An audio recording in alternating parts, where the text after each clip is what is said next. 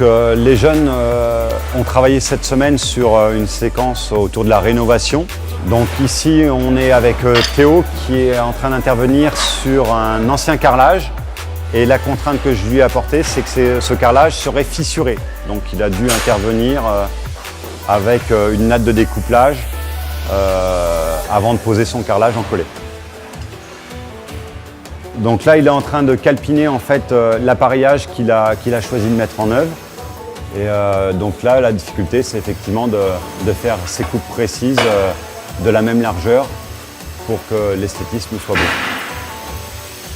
Donc sur la seconde situation, on a James et Johan qui sont intervenus sur un plancher bois qu'on rencontre très fréquemment dans les planchers hauts des maisons.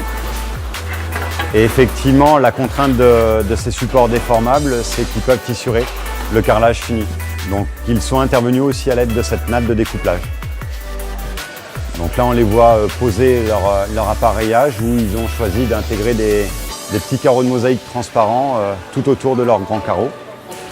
Et la difficulté, effectivement, c'est que ces petits carreaux de mosaïque n'ont pas la même épaisseur, donc il a fallu compenser un petit peu cette différence d'épaisseur.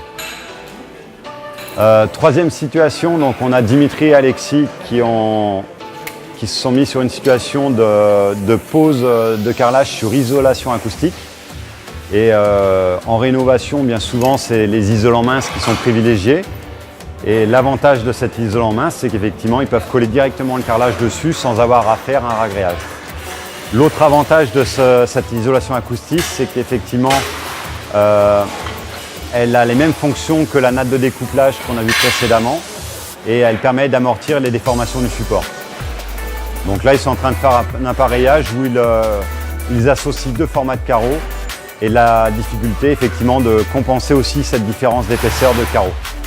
Quatrième situation, on a Théo et Vincent qui sont intervenus sur une situation où on a mis en œuvre un plancher par sol tempéré. Qu'on rencontre aussi effectivement principalement dans la rénovation de salles de bain pour amener un confort thermique au niveau des sols. Donc ça c'est vraiment un système innovant et l'avantage c'est qu'effectivement là aussi ils peuvent poser en collé directement sur les gaines électriques et bien souvent c'est la première fois qu'ils font ce type d'intervention. La difficulté maintenant qu'ils ont choisi au niveau de l'appareillage, c'est de faire une pose avec une bordure et d'intégrer effectivement une partie rayonnante dans un des angles. Dernière situation qui n'est pas la plus facile, c'est Emilien et Julien qui sont intervenus donc sur un plancher chauffant à eau chaude sur des dalles de plot, des dalles à plot. Et ce système a nécessité effectivement de réaliser d'abord une chape, ensuite de poser une natte de découplage pour amortir les déformations éventuelles de la chape.